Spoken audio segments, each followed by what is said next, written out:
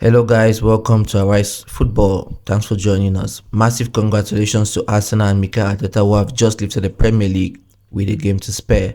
After beating Burnley, all Arteta's side needed was for Manchester City to drop points at Bournemouth, and thankfully they dropped points at Bournemouth, and Arsenal have won the Premier League with a game to spare. This means in the last game against Crystal Palace, they can afford to rest a lot of players, knowing they have the Champions League final coming up against PSG.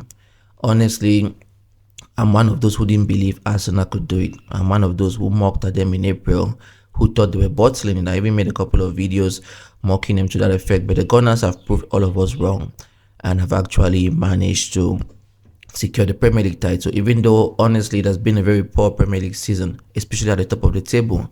Arsenal have been largely unchallenged this year. We all know the issues City had early on. We all know the troubles Liverpool have had, Chelsea and the other big names whom we expected to be title contenders this year. It has been run by one team and one team only, Arsenal. Honestly, I've seen Arsenal play very poorly at certain points this season, that if we had a couple of really tough challengers, it could have potentially been more complicated for the Gunners. But kudos to Arteta. They hung in there. At the time when people thought they were bottling, they were going down, they managed to hold it on together. 1-0 win against West Ham, 1-0 win against Burnley. Those victories may be small, but in terms of numbers, but they were so large in terms of the impact they were going to have on the Premier League table. Pep Guardiola City just couldn't catch up. I think the 3-3 draw against Everton with the absence of Rodri was massive. But again, City have won the double. They won the FA Cup and Carabao Cup. But Arsenal have won the Premier League and are on course of winning the Champions League to make it a double. Now, there's a big debate. Is this Arsenal's greatest season ever? Are they bigger than the Invincibles? I would argue no, but definitely after so much hard work put in by Mikel Arteta, one can't argue that Arsenal haven't deserved to lift the title. They've been very deserving of it. And also, I must say, Victor Gyökeres coming into form later on in the season was massive for them. He scored lots of important goals and also put in lots of good performances. But then again, I must give it up to Mikel Arteta. I've been very critical of his style of football, relying on set pieces, wanting to score away from set pieces. But somehow, that has worked for him right out to the very end. And I know it may be too early to have this conversation, but Arsenal needs a new approach. They need to go into the transfer window. They need to bring in a couple of good players, and they need to change their football approach, because I believe next season the Premier League is going to be tougher.